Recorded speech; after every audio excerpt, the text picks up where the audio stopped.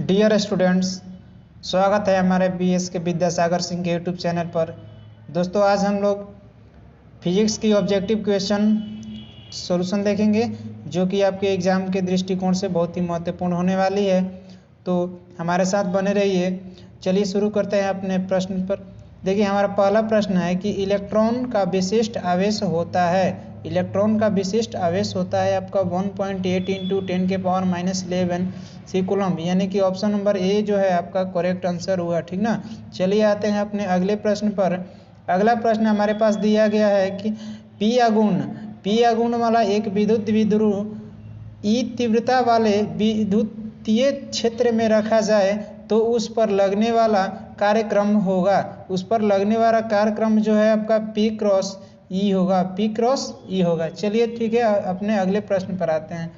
अगला प्रश्न हमारा है कि 1 कूलम्ब आवेश इक्वल टू वाट। 1 कूलम्ब आवेश जो है ये आपका VVI प्रश्न है और सभी बच्चों के जुबान पर ये प्रश्न याद होगा, इसका आंसर याद होगा। यानी कि 1 कूलम्ब आवेश जो है 3 × 10⁹ EMU होता है। 3 × 10⁹ 1 कूलम्ब आवेश इक्वल टू होता है। चलिए ठीक है, हमारा अगला प्रश्न है कि यदि दो आवेशों के बीच की दूरी को आधा कर दिया जाए और एक आवेश को बंद कर दिया जाए तो उनके बीच आरंभिक बल रहेगा। जो आरंभिक बल हमारा है 1/4 हो जाएगा। 1/4 हो जाएगा। इसका आपको याद होगा, फार्मूला होता है KQ1 Q2/r²। अब देखिए r² को जो अब 1/2 करिएगा तो 1/4 हो जाएगा, यानी कि 2 दूनी के स्क्वायर, यानी आपका 1/4 हो जाएगा। चलिए ठीक है, हमारा अगला प्रश्न देखते हैं। दिया गया है कि एक एकांक कूलम्ब आवेश वह है जिसे वायु में समान आवेश से 1 मीटर की दूरी पर रखा जाए तथा वह उसके प्रतिकर्षित करता है। यानी कि किस बल से प्रतिकर्षित करता है, यानी कि 9 × 10⁹ बल से प्रतिकर्षित करता है। यानी कि ऑप्शन नंबर आपका ए करेक्ट होगा। ठीक है, देखिए हमारा अगला प्रश्न है कि 64 समरूप बूंदें जिसमें प्रत्येक की धारिता जो है 5 μF है, मिलकर एक बड़ा बूंद बनाती है तो बड़े बूंद की धारिता क्या होगी। देखिए आपका ऐसा प्रश्न है कि जो कि आप कोई भी सेट लगाते होंगे उस सेट में आपको ये प्रश्न दिखाई देता होगा और यह प्रश्न एग्जाम के दृष्टिकोण से बहुत ही महत्वपूर्ण होने वाली है। तो देखिए इसका सॉल्यूशन हम आप लोग को देने वाले हैं। देखिए हमारे साथ देखिए दिया गया है कि एक 64 को छोटा सा बूंद है और 64 बूंद को मिलाकर एक बड़ा बूंद बनाया गया है और बड़े बूंद की धारिता मतलब पूछ रहा है। देखिए जब हमारा छोटा बूंद है उसका त्रिज्या हमारा r है और बड़े बूंद वाली त्रिज्या बड़ा R, ठीक ना। अब देखिए हम बूंद की धारिता निकालते हैं, यानी कि आयतन। देखिए आयतन हमारा होता है 4/3 πr3, 4/3 πr3। ये हमारा हो गया बड़े वाले बूंद का आयतन। अब देखते हैं हमारा छोटे वाले बूंद का आयतन कितना होगा। छोटे वाला बूंद का हो जाएगा 4/3 πr3।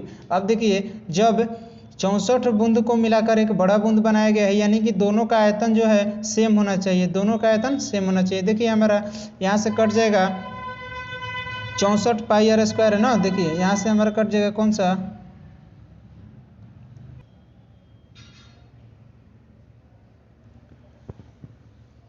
देखिए हमारा अगला प्रश्न है कि 64 समरूप बूंदें जिनमें प्रत्येक की धारिता 5 μF है मिलकर एक बड़ा बूंद बनाती है, बड़े बूंद की धारिता क्या होगी। यहाँ पर हम आप लोग को बता देना चाहते हैं कि 64 बूंदे की जो आयतन होगी वह और उनसे मिलकर जो बड़ा बूंद बनाया है दोनों का जो धारिता है, यानी कि आयतन दोनों का है सेम आयतन है। तो देखिए हम बता देते हैं।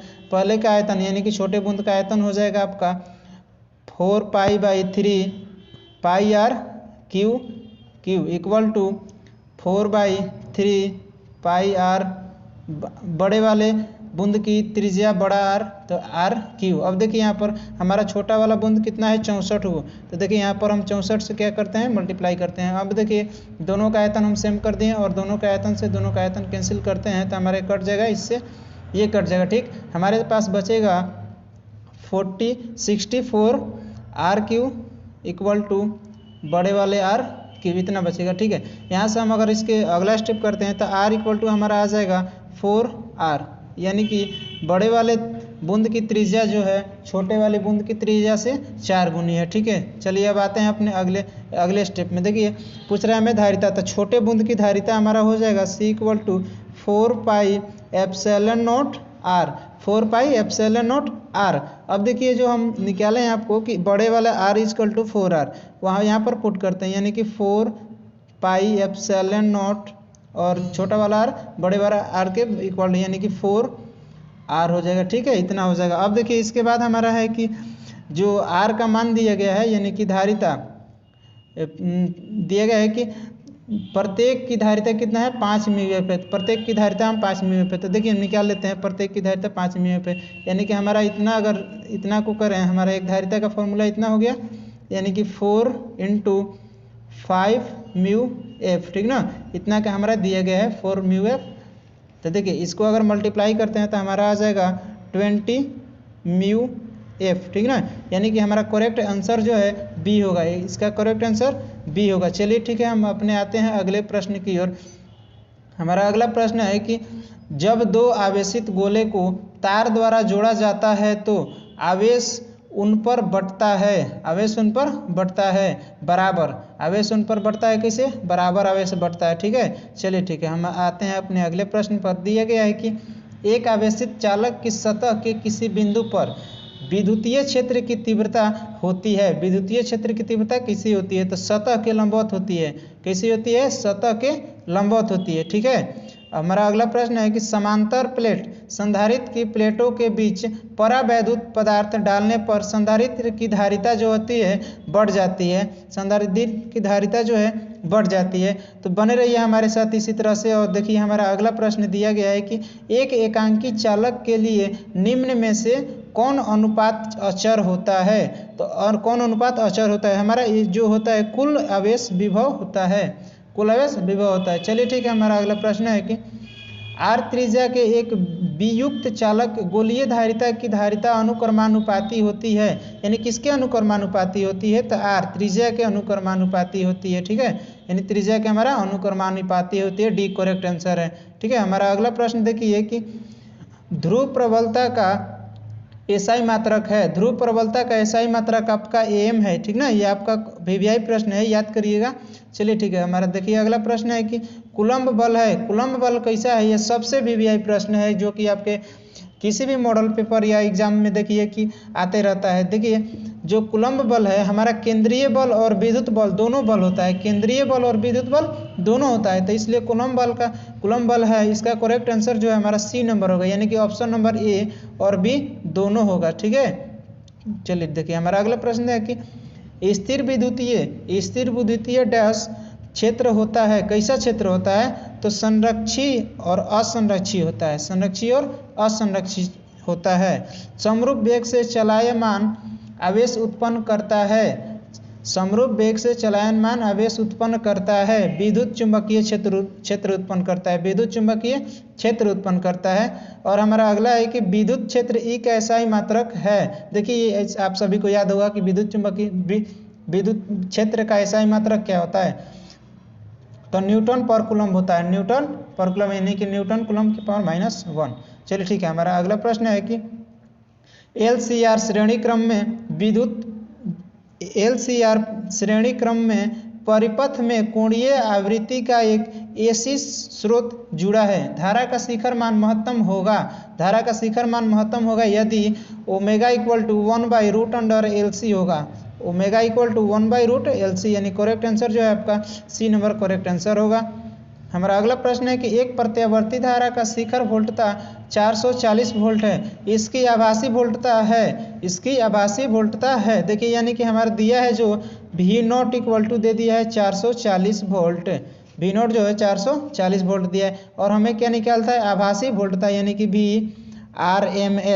VRMS का फॉर्मूला जो है V0 बटे में √2, V0 बटा में √2। देखिए यहाँ से हम सॉल्व कर लेंगे, यहाँ से हमारा 440 बटा में √2, और यहाँ से अगर हम जब सॉल्व करते हैं तो नीचे √2 नहीं रखते हैं, और नीचे √2 अगर √2 को हटाना चाहते हैं तो ऊपर नीचे अगर √2 से मल्टीप्लाई करेंगे तो हमारे पास आ जाएगा कुछ इस तरह से, यानी कि 440 × √2/2, अब यहाँ से इसको मल्टीप्लाई करिएगा तो 220√2 आएगा, यानी कि आपका जो करेक्ट आंसर होगा सी नंबर होगा। करेक्ट आंसर जो है सी नंबर होगा। और इसी तरह से एक और आपको फार्मूला बता दें कि जब आपसे पूछे IRMS तो आप देखिएगा कि I0 बटे में √2, ये एक और फार्मूला है। दोनों फार्मूला को आप याद रखिएगा, ठीक है। चलिए ठीक है, हमारा अगला प्रश्न दिया गया है कि LCR परिपथ में धारा अधिकतम होगी जब जो XL है XC के इक्वल हो।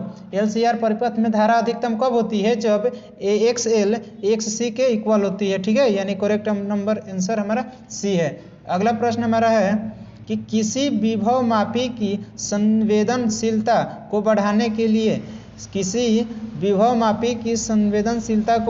लिए क्या करना पड़ता है? तो इसकी धारा को बढ़ाना पड़ता है, ठीक है। यानी कि इसकी धारा को हमें क्या करना चाहिए? बढ़ाना चाहिए, ठीक है ना। यानी बी और सी दोनों करेक्ट आंसर है।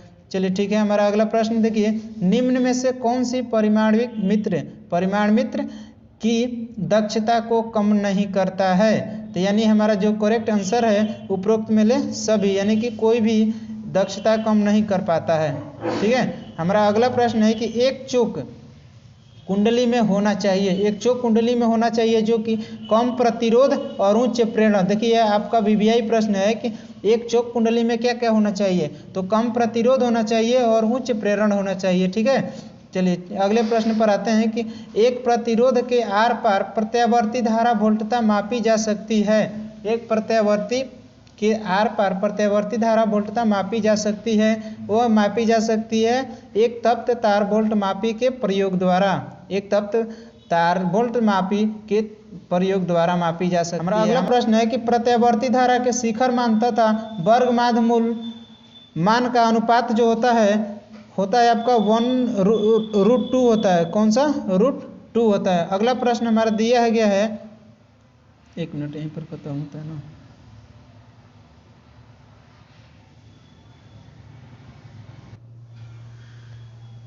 देखिए हमारा अगला प्रश्न है कि प्रत्यावर्ती धारा के शिखर मान तथा वर्ग माध्य मूल्य का अनुपात है। यह इसका जो करेक्ट आंसर है, जो हमारा बी करेक्ट आंसर है। चलिए ठीक है, आज का वीडियो यहीं पर समाप्त करते हैं। अगर आपको ये वीडियो अच्छा लगे तो लाइक करिए, सब्सक्राइब करिए और हाँ, चैनल को सब्सक्राइब करके रखिए ताकि आपका जो एग्ज़ाम होने वाला है, जो भी VBI प्रश्न होगा जस्ट ही अपलोड हो, ताकि आपके पास जल्द से जल्द पहुंच पाए, ठीक ना। अगर आप हमारे व्हाट्सएप ग्रुप से जुड़ना चाहते हैं तो हमारा डिस्क्रिप्शन में आपको लिंक दे दिए गए, वहां से आप व्हाट्सएप ग्रुप से जुड़ सकते हैं।